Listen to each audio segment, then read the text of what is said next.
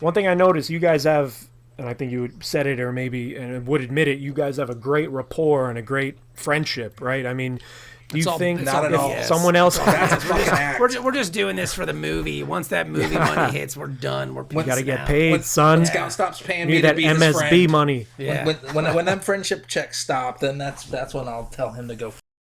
I gotta go to the. Would you... I'm seeing a chiropractor because my back hurts from carrying Kevin Cuffe's dead ass all over the place. Got him. That's my go-to line if my wife and I are playing whatever, Pictionary or, insert game here. I'll throw that line at her. So would you guys, I mean, if there was two new writers, or maybe they're not new, but two writers who wanted to form a dynamic duo like you guys have and start co-writing things together, what would you say to them aside from, like I gathered before, you guys are pretty tight. Can you do it if you're not that tight? Well, Kevin and I, our relationship kind of grew as we... Right. we were to get, because I mean, we kind of met, and then a couple weeks later, it was let's work on things together. And some of it in the beginning was just, hey, it's easy because you can split costs. Like we can put our $60 together, and instead of getting a $60 per page artist, we can get a $120 per page artist, and a $120 per page artist should be better than a $60 per page artist. Yeah, there's more people. It's a theory. It's a theory, but still, I mean, in that frame of reference, I'm just saying. But the first thing you got to do, man, is just put your ego aside. Because I can see personalities clash. If you're that type of whatever alpha personality where you can't take a backseat or be willing to, compromise, that's just not going to work. No, not at all. Like you have to be able to put your ego aside, and you got to learn how to share the credit. That's something that a lot of people don't know how to do.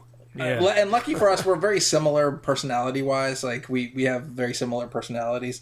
Like, Bobby worries a bit more than I do. I'm a little less of a worry. But for the most part, we're very similar. We think alike. We have the same sort of tendencies when we do things. So it works really well for us because of those things. Because of the I'm going to use a corporate word for the synergy that we have. If you don't feel a connection with somebody else to where you can, because we pretty much spent, I would say, 4 days in Altoona, and it was like the worst con ever.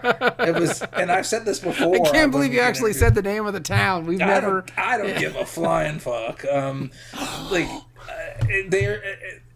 It was just, Altoona was not like the best town. People weren't nice there. Like, and I'm not saying that Altoona's a town full of the people we saw in Altoona were not as nice. That's a better way to put it. The lady who worked at the hotel, the lady at the hotel restaurant was she was great. She was so sweet.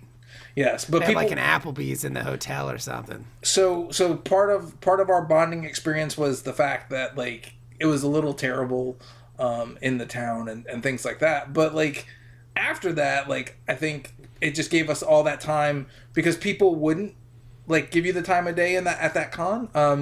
And the show was so long. It was. It gave us time to bond. So the show was like 12 hours a day, I think, or something, 10, 11. It was awful. It was crazy. So we had all that time to like just bullshit. And during that time, of course, you're going to try and entertain one another because you don't want to be sitting there for that long. And like when you're trying to talk to people that come up to the booth, they give you we got some of this. Like as you're walking by the booth, that's what you got. Like somebody putting their hand, like I don't want to buy your stuff. It was hard. It was hard. I'm not buying anything. I'm just looking. They were giving you the hand. What'd you say? I heard one kid walking.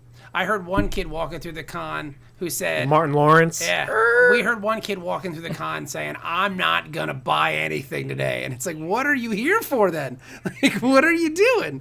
You know? Yeah, don't say that out loud in front of all the creators. But you know what? It's just one of those things, man. Where like, again, you have to put your ego aside. You have to be willing to share credit and a criticism.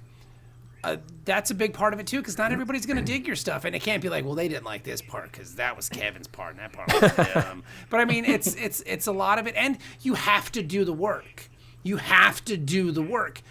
Kevin had been in a writing he talked about writing with someone. I talked about writing with someone. And it was like, hey, man, I got this idea. Here it is. Give it a read. And you'd never hear anything. It was just crickets. So you have to find someone that has your passion, a matching passion to make these books, because this is a long and arduous and tedious and terrible process at times. So you have to find someone that's willing to go along on that journey with you. You know what I'm saying? You can't just have somebody who goes, oh, I got this idea. Cool, let's start writing it. And then nothing happens, because then nothing happens. You have to be willing to do the work. And Kevin is willing to do the work.